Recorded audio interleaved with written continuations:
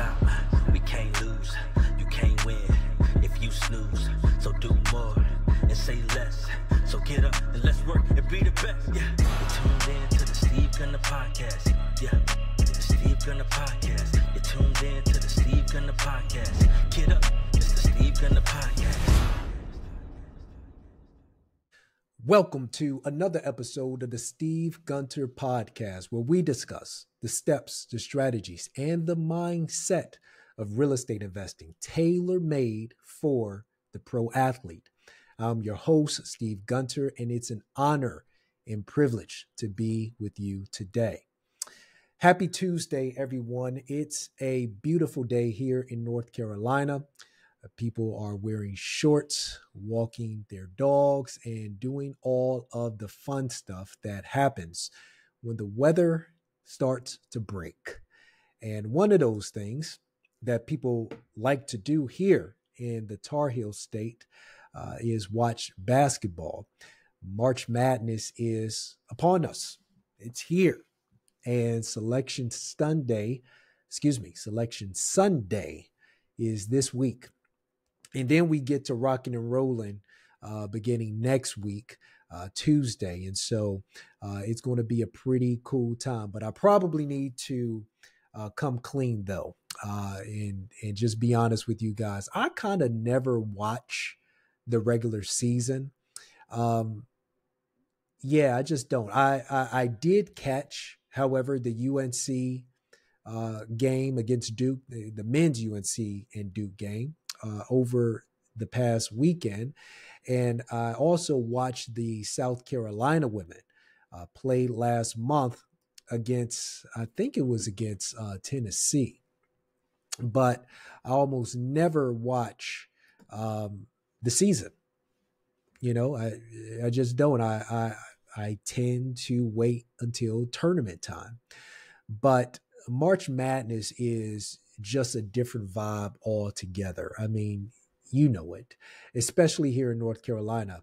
The one thing that I'll tell you, you cannot get away from the excitement and the energy here in North Carolina. I mean, you got UNC, you got Duke, you got NC State, although State hasn't really been competitive over the past few years, but even those games between the Pac and those two Blues tend to be always fun.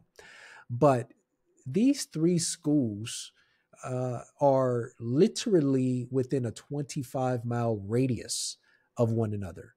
So you really get the competitive juices flowing, you know, amongst your friends, your family, you know, office mates, people at your church, or, you know, places that you regularly attend.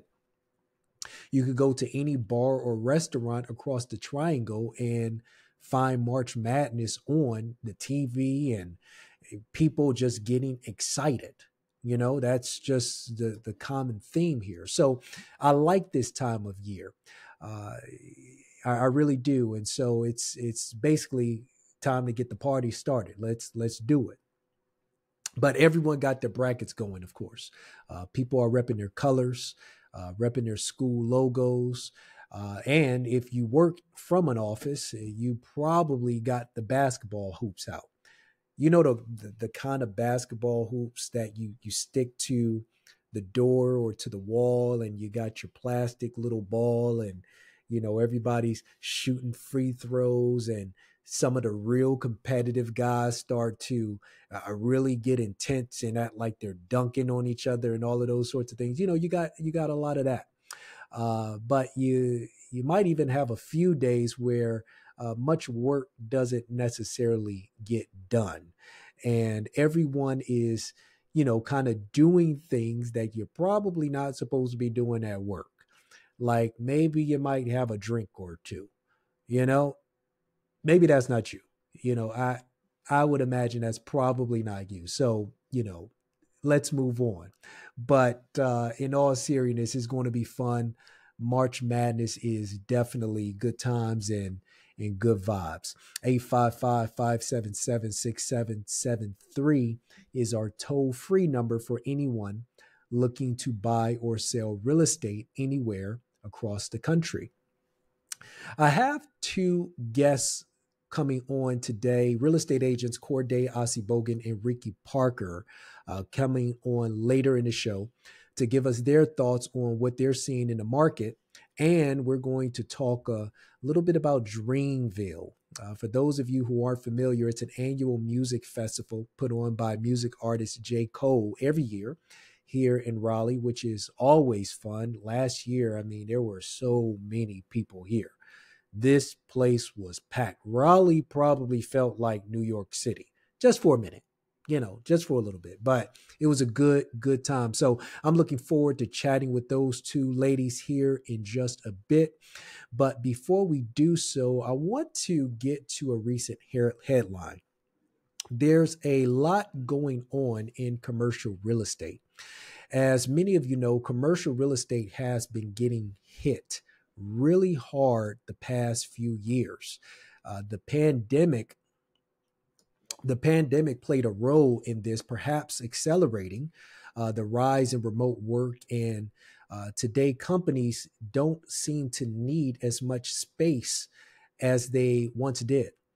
Some are even looking to unload that space any way that they can. Some have gone so far as to literally give the keys back to the bank and say, you deal with it. I don't want this headache anymore. Or, perhaps they are just out of the business, period. I don't know. But the other issue is in respect to the loans that are coming due. According to the Mortgage Bankers Association, $929 billion. That's almost $1 trillion, guys, of the $4.7 trillion in commercial loans are coming due this year. That's a big number, really big number of loans coming due that, there's a lot of creativity that's getting ready to be displayed in the market amongst the financial institutions for sure. And for most of you, I would suspect that none of this means a whole lot to you. But look, perhaps it should. Yeah, it really should. You see, as an investor, part of your job is to seek out the opportunities that are available in the market. And I can tell you right now, the savvy investors are watching very closely. Like a hawk at what's going on in the commercial real estate markets. Yeah. They're watching how many of these opportunities are going to hit the market as distressed properties. That's where your deals are, guys. And some already have relationships with the banks they do business with and have an inside track on the deals that will never hit the market, especially with the small regional banks. Those are the ones you really need to keep an eye on. Okay. It's in a market like this, it's not the Wells Fargo. It's not them. It's not the Bank of Americas. It's not the Chase banks that are feeling the squeeze. It's your neighborhood bank. It's your regional bank, the community banks that are frequently doing business with the community. Those are the guys that are really feeling the squeeze.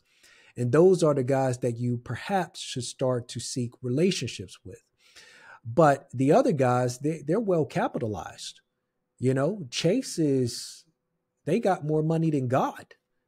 They have the ability to even absorb many of the losses they may sustain as a result of this reset. But the smaller banks, those are the ones that are going to need to get the bad assets off their books, right? Trust me when I tell you, their goal is not to be in the real estate business. I can promise you that. They're not looking to find tenants, manage property, collect rents. That's not what they're looking to do. That's not what they're set up to do. So what that means for you then is that we are approaching, correction. We are now in a window of opportunity. a window of opportunity. I frequently talk to my team about opportunities, and they happen in windows. Those windows of opportunity open wide, but they close fast. Let me say that again. Windows of opportunity, they open wide, but they close fast. And generally, what I've recognized over my years in business is that the vast majority of people don't take advantage of the opportunities when they present themselves. And look, this is the case for many reasons, but at the top of the list are two things, just two: the lack of knowledge and the lack of courage. You can't wait to see what happens. Yeah, you just can't do that. Too many people wait to see what's going to happen.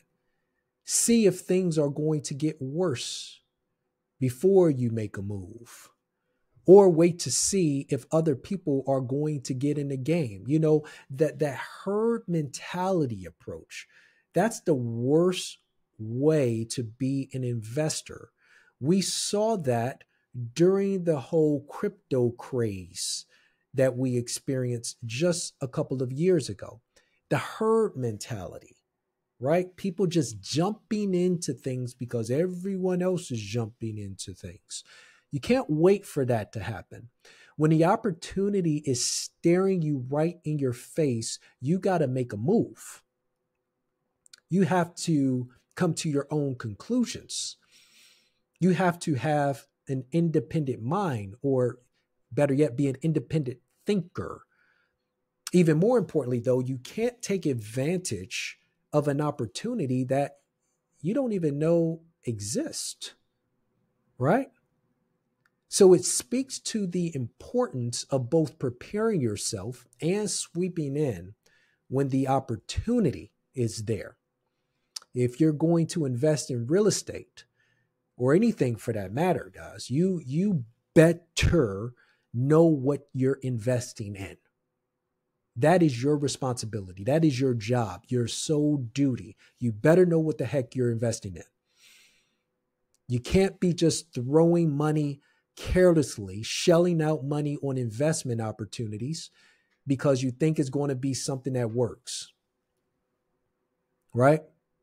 Or you heard works. That's the better way to put it. Everybody else is kind of talking about what's working, and so you do it because everybody else say that's working. That's silliness, not caring about the little things. Details matter. You need to know how it all works, right? Kind of going back to the crypto gold rush, I should say, that we all experienced just a couple of years ago. I remember all of these meme coins coming about, and everyone is buying into every single meme coin because they know a guy. They know a guy who's built this and done this, or all of these sorts of things. They don't know anything about the technology. They don't know what supports it.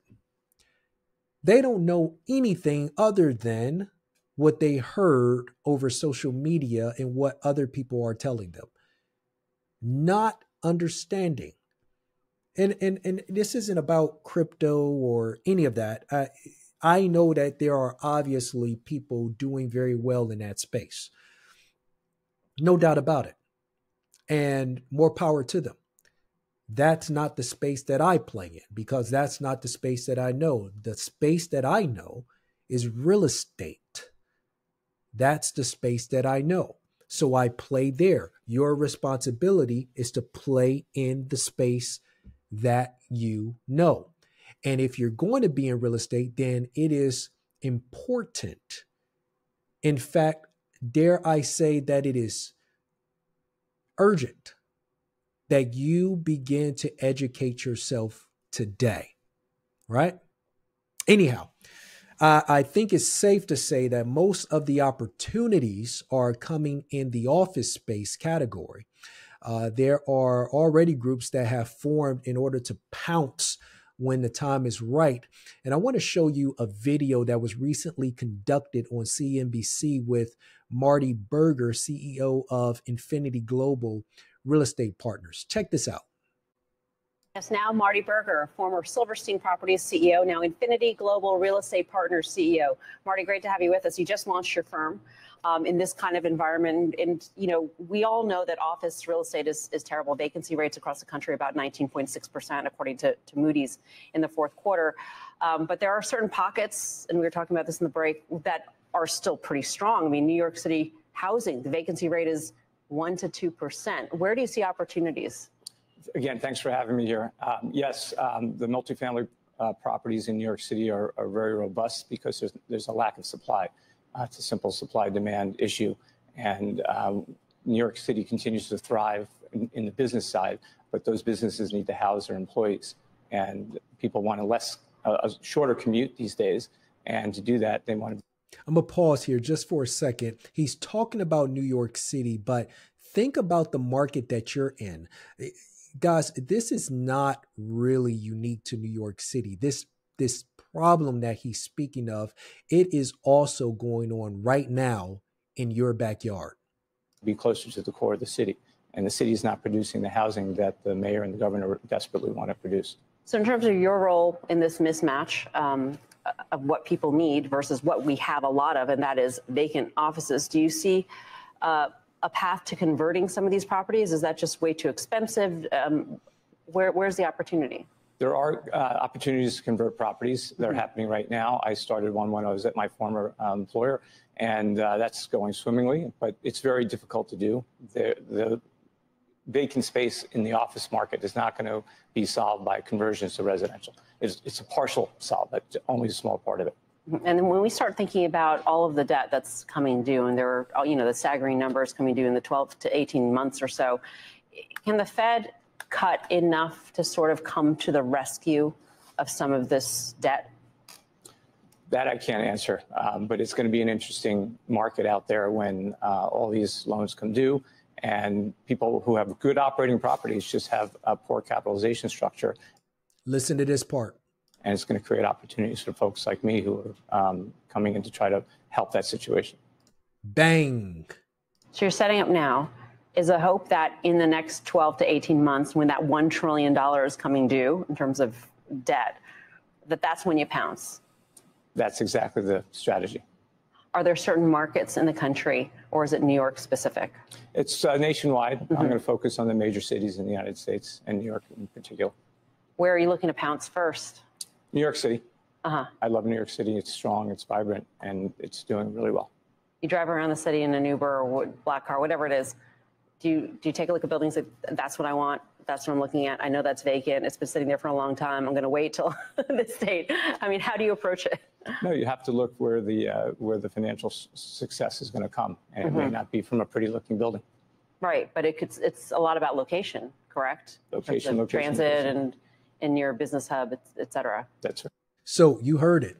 There are some office conversions to residential that are taking place already. But notice that in particular, Berger also talked about properties that are in great locations, but they're not the prettiest, right? They're not the prettiest, which means that they're going to need some work. Have you driven by a property like that lately? Have you? You know, that brick building downtown that needs some TLC. Of course you have. I bet that you have. The question is, can you afford it? Maybe not, but maybe not by yourself. And to that point, it may not necessarily be wise to do it by yourself. You see, partnerships can take you a long way in real estate. Some people prefer to go the lone wolf route, right? And in truth, in being truthful here, there is a little of value to that, or some value in that. You can do what needs to be done without answering to anybody, right? But here's the flip side of that coin. It is that it's going to limit your opportunities. The best real estate deals in prime locations cost a heck of a lot more than the deals in locations that are second and third tier.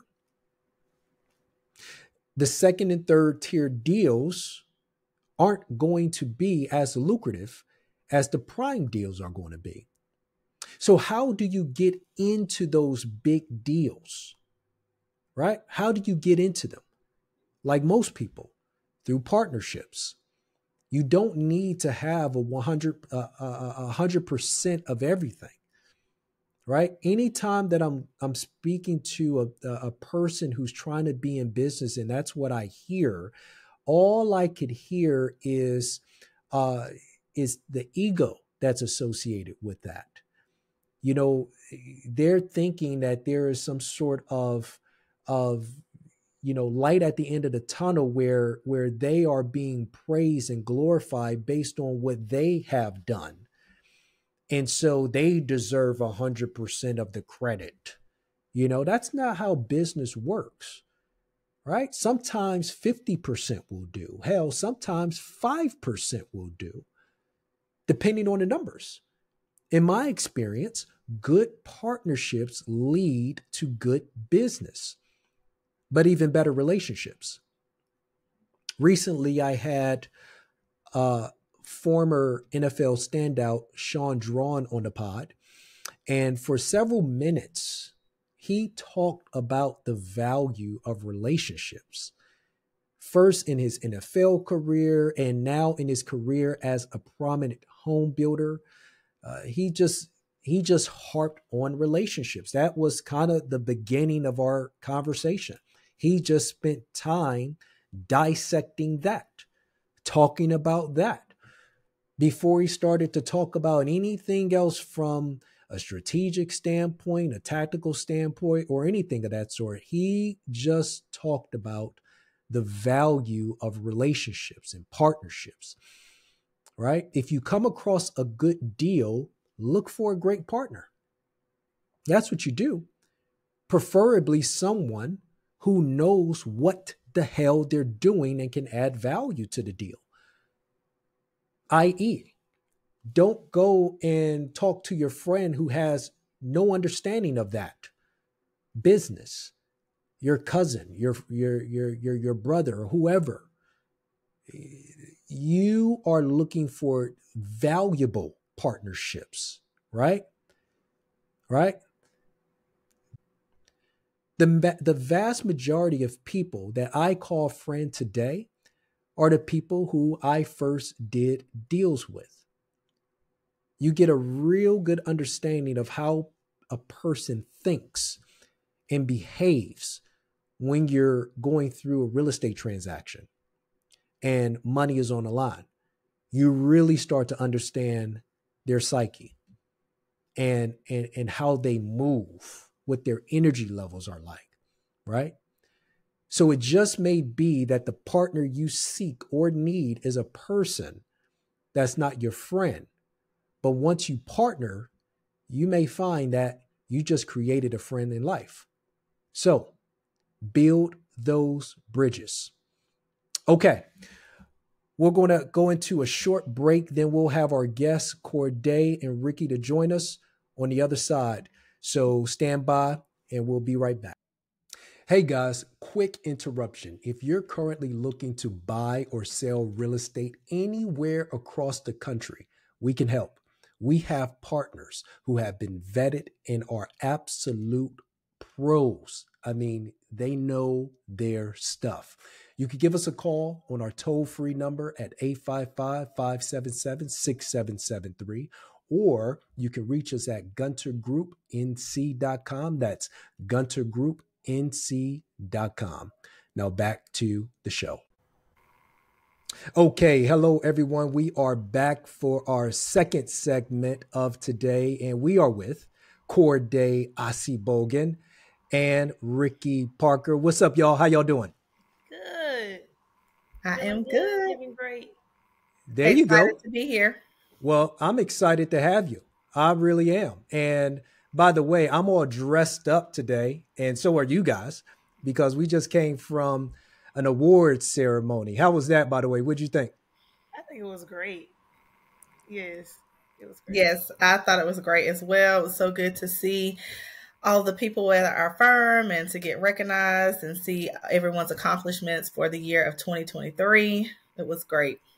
You know what I love about this company, just in general, and is just the fact that there are so many good people. The culture is great, and you just got just good vibes that are going on. Now, it also helped that the food was amazing, you know, and champagne was there too. I think Korede, you might have drank the whole glass. I mean, I think when you toast, Korede, you're supposed to like just kind of toast and then like sip, but I feel like you might have took too many gulps. I just my champagne was already gone before the toast.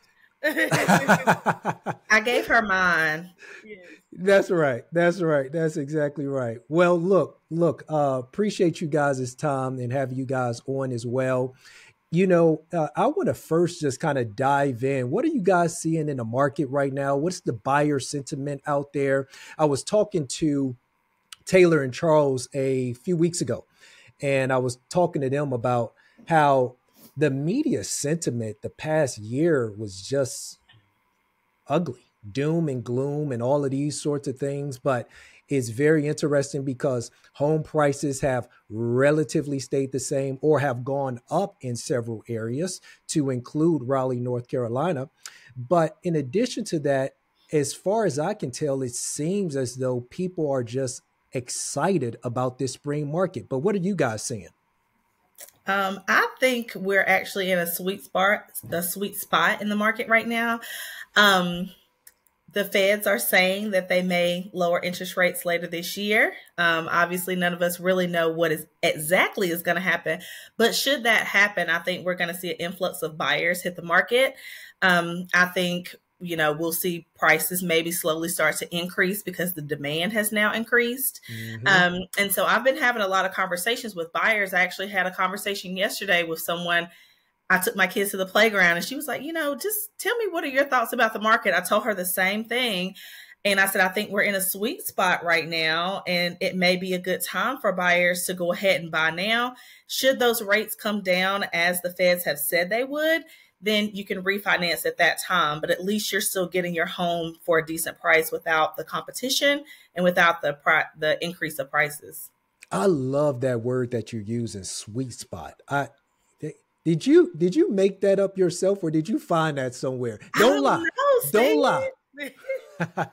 You know, I very well could have heard someone say that, maybe, but I don't know.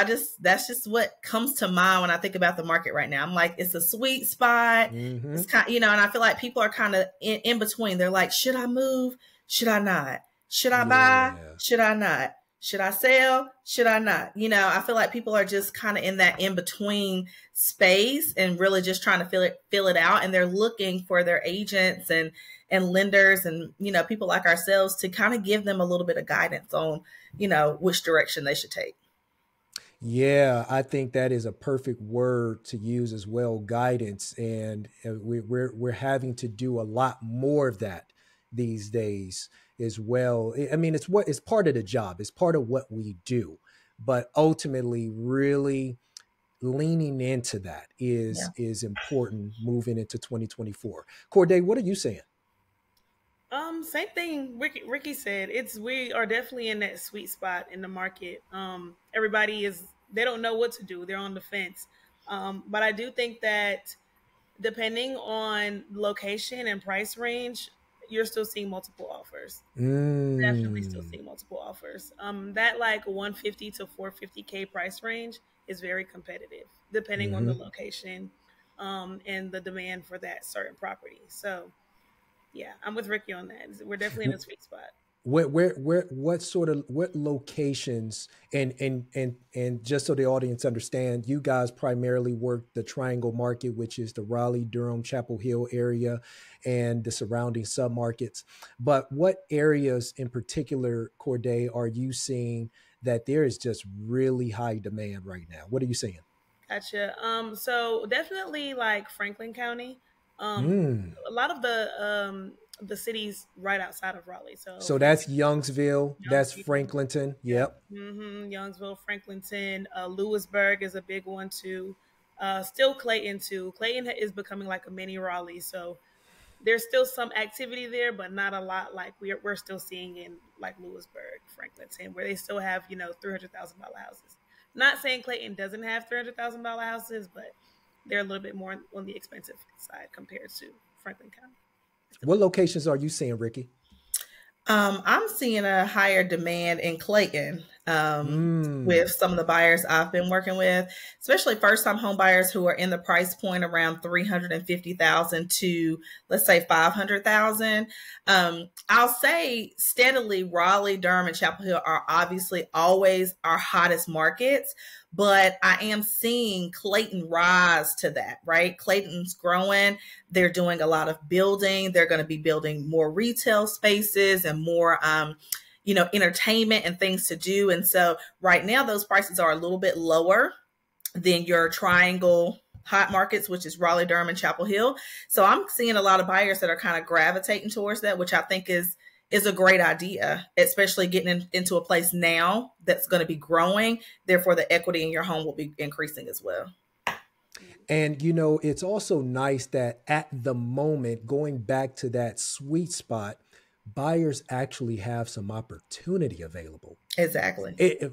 For the most part, generally speaking. Obviously, like you guys have already alluded to, there are definitely areas where there is high demand, which means that there is going to be competition and plenty of it, period.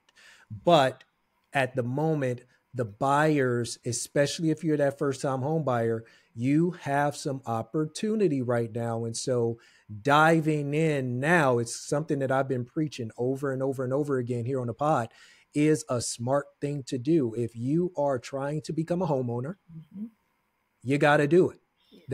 Now is the time to do it, because the later you wait, unfortunately, none of us have a crystal ball. We don't know what the market is going to be like. But even more importantly, what are the rates going to be like? I don't know. What's the competition going to be like? I don't know. What we can sense as we're the boots on the ground is that there is a lot of energy going on right now. Wouldn't you agree with that? There's a lot of good sentiment, good consumer sentiment in the marketplace right now. Would you guys agree with that? Yes. Absolutely. I would absolutely agree. And I also think that just North Carolina in general is a very popular state for people to come and migrate and relocate to. And Raleigh, the Triangle, being one of the areas of parts of North Carolina that people love to come to. They love to come here to retire. You have people that come here to go to college, people that come here for professional opportunities in hospitals and things like that. And so I think those things are also what keeps our market so hot. But we do have a few pockets that are still available that people can get into as buyers and people who desire to home ownership, and they can get in now and really be able to have a good property and be able to build that equity in the future. Right. Absolutely. And right now they can get some concessions, some seller concessions. Right now it's just like Rickey said, we're definitely in that sweet spot where, like you said, Steve, we don't have like a crystal ball to see what that competition is going to be like in the near future. But we can, guess. But right now is a good time for especially first-time home buyers to get in that market and get all they can out of the deal, Because heck, about 2 years ago, that wasn't going to happen. Right. You better have had some money. Serious money. And some real money in order to compete and in order to play in the real estate market. I remember we had a lot of buyers. I remember that. And that wasn't fun. We actually had a lot of people who were pre-approved, ready to go, but they weren't buyers for that market. You know what I'm saying? They just weren't. So now is a very interesting time in the economy right now. And sometimes I feel like people often forget or quickly forget how things used to be, you know? And so it makes them feel like they got time, and it's like, guys, I promise you, this is not a sales pitch. I promise you, we're not trying to sell you. I promise you, this is just what the world is like right now. You know what I'm saying? So anyway, to that point though, I want to share my screen with you guys. And I want to pull up. Can you guys see my screen? Yes. Okay. So 1,000 home community pitched for growing Durham Chapel Hill corridor. And this is a very interesting article. A growing corridor between Durham and Chapel Hill is in line to get 1,000 new residential units. That's a lot of houses. That's a lot of units. Now, it's a community with multifamily, townhomes, and single family. So you're going to have a nice little mixture there. But it's going to be a big community, man. I mean, you're really talking about some opportunity that's going to come about. And we're talking about breaking ground here in late 2026. I got this question for you guys as we're kind of talking about all of this.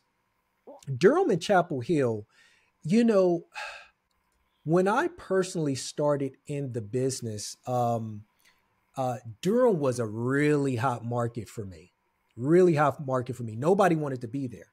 Now, though, lots of people want to be there. Lots of people also want to be in Chapel Hill. Historically, those two markets have, for the most part, always had less inventory than Raleigh. And it just makes sense. Raleigh is bigger. But now people are wanting to be there. When's the last time you guys been over Durham, Chapel Hill area, just kind of hanging out? I was just there last week in Durham, hanging out. Okay. Yeah, last week for work. Do you care to share where you were hanging out at? Joking. Yeah, no, I was downtown Durham area, and then in that 27713 zip code. Yeah, Southwest Durham. That's over by like South Park, all of that. Yeah. How about you, Rickey? Yeah, so I actually am a Durham resident. I live on the edge of Durham County, so I spend quite a bit of time in Durham. And then I went to school. I graduated from UNC Chapel Hill, so I went to school in Chapel Hill. I'm very familiar with Chapel Hill. And I also go to church in Chapel Hill now. So I frequent Durham and Chapel Hill quite a bit. I see the growth that is taking place in both areas. I think I've seen a lot of building in Chapel Hill since I was there. Lots of condos, lots of apartments. Obviously, it's a very heavily university town, so there's lots of catering to that population. But in Durham, as Korede mentioned, downtown Durham is like blowing up, lots of new construction. Lots of new businesses popping up, restaurants, really kind of got like a urban feel, kind of like a melting pot of people, lots of people can come there and just kind of hang out, and they have like a really nice playground downtown Durham for children. They have lots of events with food trucks and all kind of things that are happening downtown Durham. And I think that is drawing that popularity to that area. Guys, y'all know what I love about downtown Durham is it's really artsy. Yeah. It's to me, it seems like there is always something to do.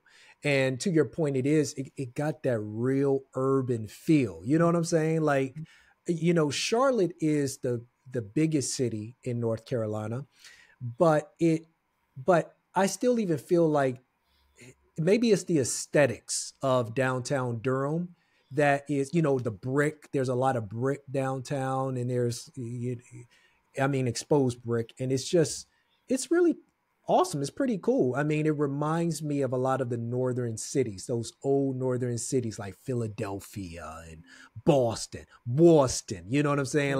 Like those sorts of areas. But that's what I love about it. So I want to get back to something that you just said a few seconds ago, though, Rickey. You're a Tar Heel. Is that correct? Go Hills. Am I right? You are absolutely right. So let me just put you on the spot then. Okay. Are y'all going to win it all this year? I think so. I have faith. So that does not sound very encouraging to me. Did that sound encouraging to you? I don't care what people say. I think it did. It did. I root for the team. You're going. We also have a good track record because you're a woman and she's a woman, so you going with what she say. I feel like I did not hear that come out clearly and exciting with enthusiasm. Like, yeah, we winning. What do you mean we winning? I have to be honest. I have not done my research on the team as well this year as I normally do. I'll need to call on my husband to give me a little assistance. Let me know who's on our team this year. What are we looking like? What are our stats looking like? But I'm always rooting for the home team, regardless. Whether I know the details or not, it's Tar Heel Nation. Okay, we're gonna go Tar Heels all the way. Wait till I tell Charles this. He's gonna have an attitude with you. He loves him some Duke Blue Devils. I know. We might not be able to be. And I don't even know why. He didn't even go there. Like, he just loves him. I gotta tease him. But that's pretty cool. Well, it's nice to see that we have North Carolina always represents well in the NCAA tournament. So. I don't know. Perhaps at least one of them might, do it this year. We shall see. Exactly. We will see. Did they move the NCAA to like a different city, or is it still? It's in Charlotte this year, if I'm not mistaken. Okay, I thought they moved it. Was in Charlotte, like the championship? Well, I don't know if the championship, but I think they all have. Or I saw something about Charlotte recently. NCAA. Locations, championship locations. I'm about to find out right now. Go ahead, Rickey. I'm looking this up. I did see something. I was telling Donovan the other day. I was like, "Oh, is something happening in Charlotte?" Because I saw some dates. Let me see where it is. So what is this? What am I looking at? 2024. Oh, that ain't telling me nothing. Mm-hmm. I might have it here. Let's see. Do you? Because if it's in Charlotte, I might have to find some time to get down to Charlotte and take a look. Okay. So March 21st to the 23rd, University of North Carolina maybe these are university. Well, we are talking about universities. Yeah, at Charlotte Spectrum Center. You're right. The first and second, first and second round is in Charlotte. Mm-hmm. Yep. Mm-hmm. I came across an article that was saying that. I'm outside. Yeah. You should go see. Make sure you wear Tar Heel gear. Okay. Okay. That didn't sound too promising. All right, y'all. Let's move on to another topic. So, everybody loves luxury, real estate, real estate. I want to show this to you guys. So this article was in Mansion Global. How do two townhouses become one $75 million mansion? And look, Korede, this is in your hometown, baby. New York City. Let's go. So, I'll be honest. I didn't read this entire article, but I've seen like a lot of these videos and it's always pretty cool to watch it. What was you guys' first impression of this? I mean, first, do you want a townhome like this? Is that what you want? I bet you is what you want. Not for $75 million. Why not? I need some land. Where's but the land? You're in New York City. She's gotten used to the North Carolina living. Yes, I am a city girl that has fallen in love with the country. I need me some land. Where's the land for $75 million? If I had to do the city life, I think I would like that, just based on the their plans for the property. It's going to be very big. I think it's at about 13,000 square feet. a theater, some other cool things inside the property. So I think if I lived in the city, I would probably like living there. Yeah, there's going to be a gym in the basement, movie theater, all the things. Ooh, look at that. That's pretty. I like that. I like little stuff like this, the old, architecture and just kind of some of the old staircases that, you don't get rid of those because, we don't have that sort of stuff around anymore. I like that. Ew. Yeah, they mentioned that was like an original staircase from, I believe, when John Lennon lived there. Yep. That's exactly what so they are keeping some original aspects to it. My initial thoughts were, wow, this is like a big undertaking, right? I mean, this is a huge project. It costs a lot of money on the front end to even purchase the two. I think he spent $18 million just to get the properties, and then had to go through extensive approvals and permits through New York City for an entire year, to get to even be able to start anything, So I'm like, that is very courageous of him and his sons, who are also involved in the project, to take on something of this magnitude and to jump through all the hurdles that it takes, because it is in like a historical area of New York. So there's lots of preservation and approvals you got to go through, certain things you can do, certain things you can't do, so it's a lot, that they're taking on to do the project. But I admire it, I think it's great. So money aside, let's say you got the money. You're a billionaire. You're a quadruple billionaire, a gazillionaire, all of that stuff. Korede, I'm coming back to you. You ain't going to have no spot like that in New York City? That's what you... No, I would. Oh, okay. I just wanted to make sure we got all of our cards on the table, because at first you're like, oh, I'm a city girl turned country and all of these sorts of things. But now we know the truth. Right, when you say money ain't part of the thing, you're like, oh, money? Oh, well, then, yeah, absolutely. As long as Steve paying for it, I'm moving. Oh, my goodness. Steve has all the money, so maybe he'll take on a project like that and we can partner with him. Right, but use his money.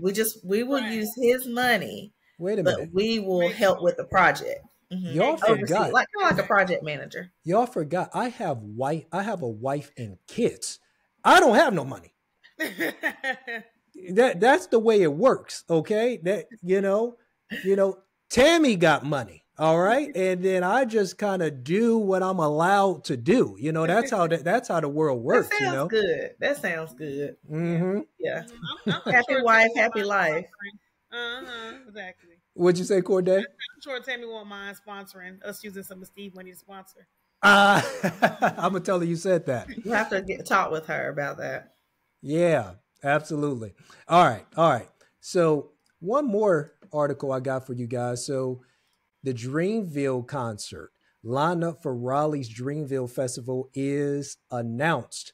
And for those of you who aren't aware of the Dreamville Festival, that is a music festival that J. Cole, the rapper J. Cole, puts on every single year here in Raleigh. I think he started it. Somebody correct me on this, but I feel like he started it. Was it 2019? Yes. Okay. Right. Yeah, that sounds about right. And this year, he got. Is it SZA? It is. Good job. Okay. I got to be careful because I kind of listen. I guess I'm telling my age. I kind of listen to older stuff, and I like older hip hop. I like country music. In fact, the past 2 weeks, all I've been listening to is country music.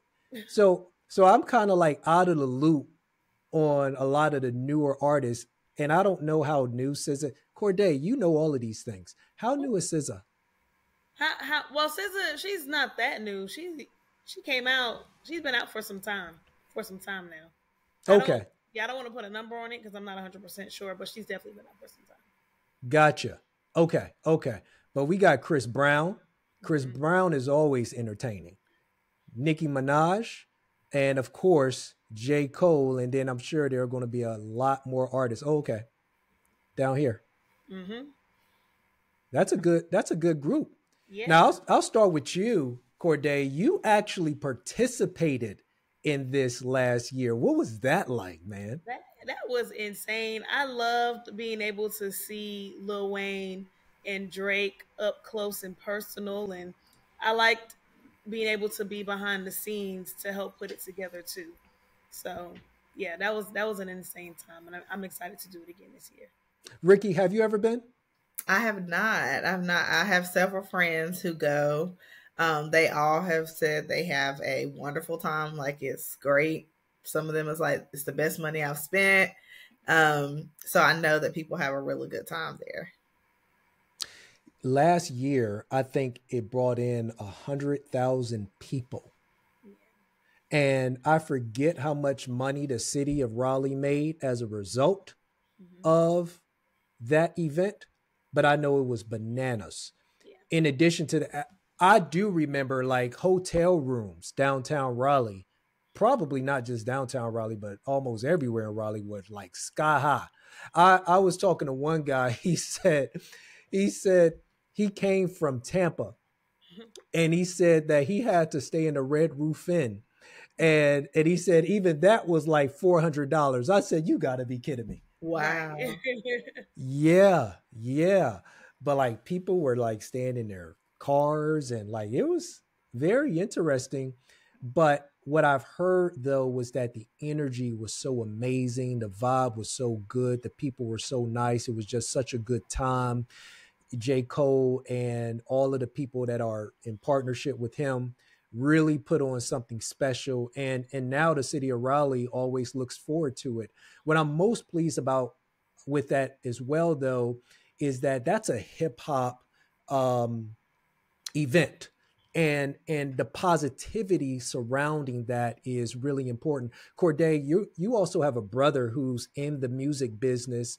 And so he's traveling around with a lot of these artists and all of those sorts of things. Is he participating in this year's Dreamville? He is, yes. Oh, nice. Mm-hmm. So does that mean by default you're also participating in this year's Dreamville? Pretty much. Yeah, pretty much.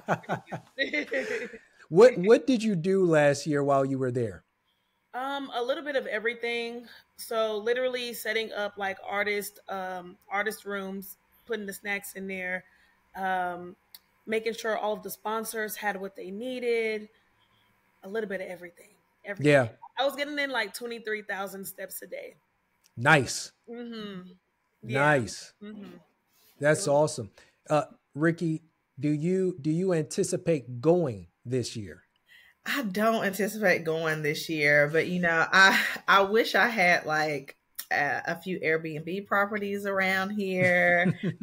If I had a hotel, that'd be great for business. I recently took a class with our friend Jason Kojak, and he has a Airbnb, and he said last year he got, came to his phone and said what was being paid for the weekend. He said, there's no way somebody paid this much to stay at my Airbnb. And so he does some research to say, well, what's going on? And he found out it was Dreamville Festival happening that weekend. And so that's how he came to know about Dreamville.